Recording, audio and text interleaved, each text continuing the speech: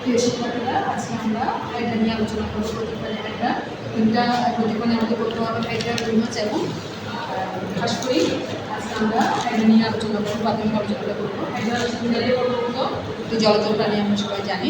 এরা হচ্ছে দ্বিস্তরী বা ডিপ্লোপ্লাস্টিক প্রাণী। এরা হচ্ছে 1757 সালে ক্যারোলাস লিনিয়াস প্রথম এর নামকরণ করেছেন এবং বাংলাদেশে সাধারণত পৃথিবীতে 40টি প্রজাতি আছে, বাংলাদেশে 3টি হাইড্রা প্রজাতি পাওয়া যায়।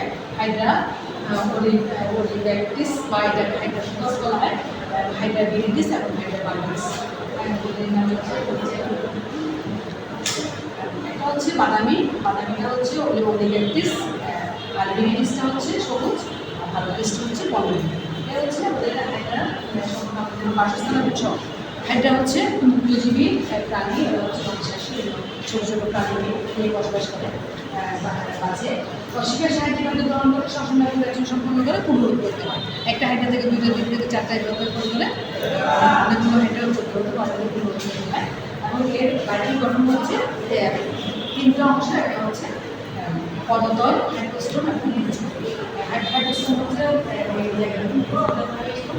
আর পদতল, আর মাঝখানে হচ্ছে দেহকাণ্ড। দেহকাণ্ডের 3টা অংশ থেকে একটা হচ্ছে কর্ষিকা, একটা মুকুল, একটা জন্মাঙ্গ। কর্ষিকার কাজ হচ্ছে খাদ্য গ্রহণ করা, খাদ্যকে খাদ্য গ্রহণ থেকে বের করে দেওয়া। আর হচ্ছে কর্ষিকার মুকুলের কাজ হচ্ছে জন্মাঙ্গ শুক্রাশয় যে পাশে আছে এদের কাজ হচ্ছে আর কোলের চাকরি ভিতরে বিভিন্ন চালা বসে নিজের সাথে প্রাণের সাথে লেগে থাকে। এখন আসে এই বিস্তৃতি প্রাণীটা, এর বিস্তৃতি প্রাণী মূলত যেসব প্রাণী দেহ কাছে এক প্রধান এবং প্রধান নামক বিস্তৃতি বিকশিত হবে বিস্তৃতি প্রাণী।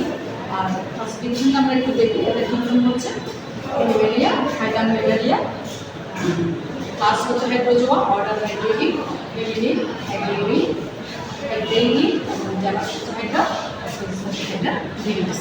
এই হচ্ছে আমাদের হাইড্রা সম্পর্কে প্রাথমিক আলোচনা। আগামী ক্লাসে হাইড্রার অঙ্গ নিয়ে আলোচনা।